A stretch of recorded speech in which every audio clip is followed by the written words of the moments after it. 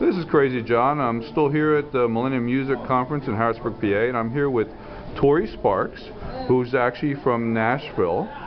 And maybe, Tori, you could tell us about yourself, how long you've been doing music? For a while. For a while. I played cello and piano when I was younger, so eventually it translated into guitar, which translated into gigs, and which translated into touring, and I played drums badly as well. Well, I play drums really badly. I play everything badly, but that's the worst. Now, where are you from originally?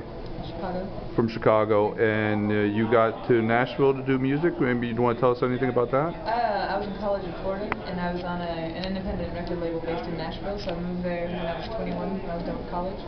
And then after about 2 years, separated from them because they were evil, and started my own label and publishing company, which is Glass Mountain Records and Hannibal Foot Publishing. And now I put out another record on my own, and I tour and do all that myself. And what could you tell us about your music? What type of music do you do? Wacky? Wacky? It's rock and blues. It's not your typical Nashville, but it's very quirky. I've asked people how would you describe it. The response is usually, I don't know. I mean, so that's what I get. But I mean, it's kind of in the AAA category if you wanted to categorize it radio-wise. So you play it with like David Gray or that kind of thing. And now you were telling me earlier before we started this that some of your songs are actually played on XM radio and a couple other places? XMU, which is channel 43, and MTV and Lifetime and the Oxygen Network have licensed this new record Under the Yellow Sun to be played for their 2008 season. They're going to put some of the songs in their shows.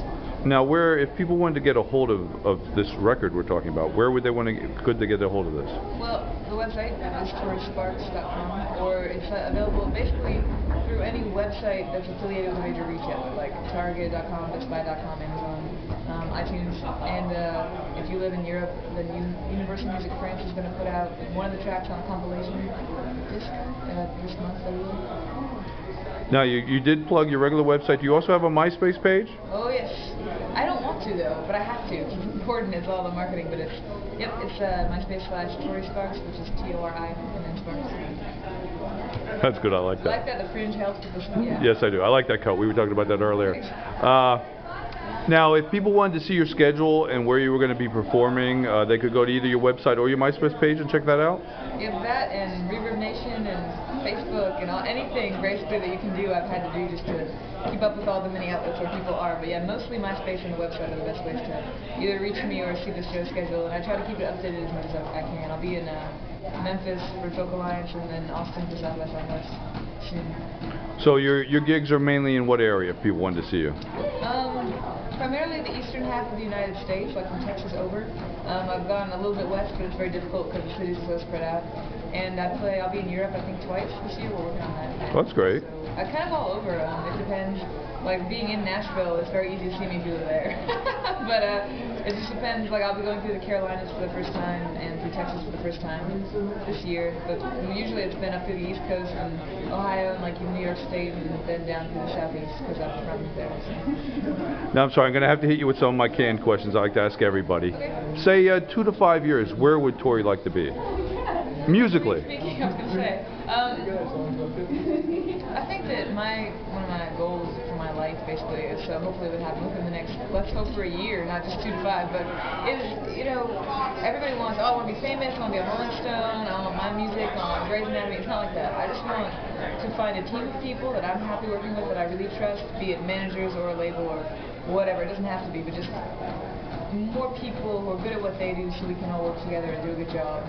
So I can feel solid about what I'm doing and not just scrape by money-wise. It can be like a more comfortable sort of a job. I mean, so it's a sustainable career, and that's what I'd like to build in the next couple of years. And I'd be so happy to be able to tour around and fill 500, 1,000, 3,000 seat clubs, like in a bunch of markets and tour real heavily. And that'd make me happy. Like, I don't need to be an arena artist. I mean, if that were to happen, I wouldn't be like...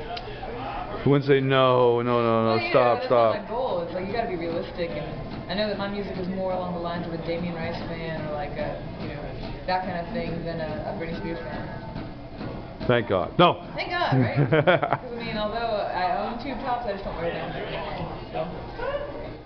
But I'm trying to I'll try not to visualize that. Without thinking about it. But Now, one of my other questions I like to ask. Now, we are here at the conference trying to help artists. Right. You've been doing this a while. What advice would you have for an upcoming artist? Depends on the situation. I live in Nashville, and everyone wants to be a writer, so that's very different. But if you would like to be a performing, touring artist, I found the best thing to do is just educate yourself as much as you can. Come to some of these conferences are a lot of bogus nonsense, but go to the good ones, like this one, like Future of Music. Well, I think you'll find a mixture of bogus and good stuff probably at a lot of them. Yeah, so I mean, try to go to the good ones and ask a lot of questions and just learn as much as you can about every aspect of the business and do it all yourself to the best of your ability. And then hopefully you'll find people to work with, and you'll have something to bring to the table. So you sit there and go, I just want a deal, and even if you magically probably won't, but if you get one, they're going to have everything on you. You're going to have nothing to bargain with, and you're also not going to know if what they're doing is good for you. So the more you develop yourself, the more you can develop both your art and your business sense, I think. It's worked for me to a point, at least. So. Well, thank you for being with us, Tori. And again, to plug your websites, it's torisparks.com. Yeah, TORISPARKS. And then your MySpace page again is MySpace / Tori Sparks. Tori Sparks. Hope everybody that listens to this checks out your websites, checks out your tour dates and your show dates, and gets out and sees you. I appreciate you interviewing me as well. Oh, I appreciate having you. Thank you very much. Thank you. Lots of luck.